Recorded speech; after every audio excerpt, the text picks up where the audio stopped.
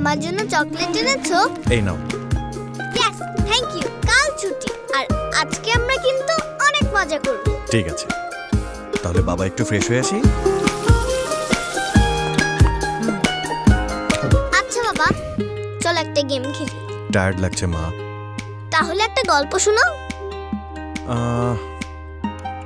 ওকে, শোনো, আজকে তোমাকে অ্যামাজনিয়ার একটা গল্প শোনাবো। অ্যামাজনিয়া কি? ওটা বিস্ময়কর দারুণ একটা শহর। আচ্ছা। ওখানে নারীদেরকে সবাই সম্মান করত, নারীরাও ছিল স্বাধীন। সব থেকে শিক্ষণীয় বিষয় হচ্ছে সবাই একসাথে মিলেমিশে কাজ করত এবং সব সমস্যার সমাধানও একসাথে করত। সেজন্যেই ওদেরকে বলতো কিংডম অফ হ্যাপিনেস। আর তাই তো আশপাশের সকল রাজ্য ওদেরকে আইডল মানত। বুঝেছ? হ্যাঁ। এই আমাকে এক কাপ চা দাও না প্লিজ।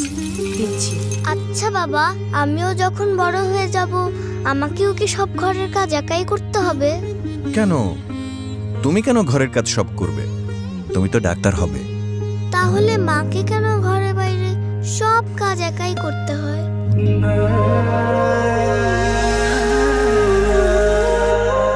ইস, সবকিছু যদি অ্যামাজনিয়ার মতন হতো তাহলে খুব ভালো হতো।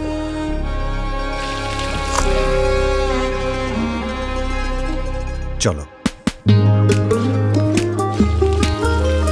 কি তোমাদের গল্প শেষ? না, আগে তোমাকে হেল্প করি, তারপর তিনজন মিলে একসাথে বসে গল্প করব। হ্যাঁ।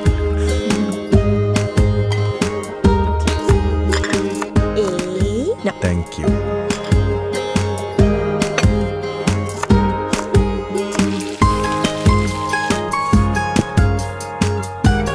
অন্যান্য কাজের পাশাপাশি সপ্তাহে একজন নারী শুধুমাত্র খাবার তৈরি ও ঘরের আনুষঙ্গিক কাজে আনুমানিক 40 ঘন্টার বেশি সময় ব্যয় করে।